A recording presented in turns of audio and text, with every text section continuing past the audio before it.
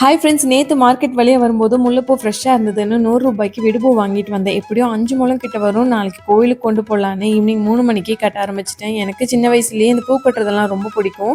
மல்லிகைப்பூ விட முல்லைப்பூ கட்டுறது ரொம்ப கஷ்டம். 3 பூவாக எடுத்து இந்த மாதிரி அடுக்கி வச்சு ஒரு நாட் போடுற மாதிரி இருக்கும். நான் ஸ்டார்டிங்கில் பூ கட்டி பழகும் போது இந்த மாதிரி மெத்தடில் தான் பழகினேன். ரெண்டாவது மெத்தடும் ரொம்ப ஈஸியாக இருக்கும். தேவையான அளவு நூல் எடுத்துட்டு ஒரு பகுதி ஜன்னல் கம்பியில் கட்டிட்டு அதோட நடு பகுதியில் பூவை அரேஞ்ச் பண்ணிட்டு மேலே ஒரு சுத்து போட்டு ஒரே ஒரு நாட் மட்டும் போட்டாலே போதும். நல்லா டைட்டாக பிடிச்சிக்கும். இது ரொம்பவே ஈஸியாக இருக்கும். ஆனால் இந்த மாதிரி மெத்தடை நின்றுட்டே கட்டிகிட்டு இருக்கிற மாதிரி இருக்கும்.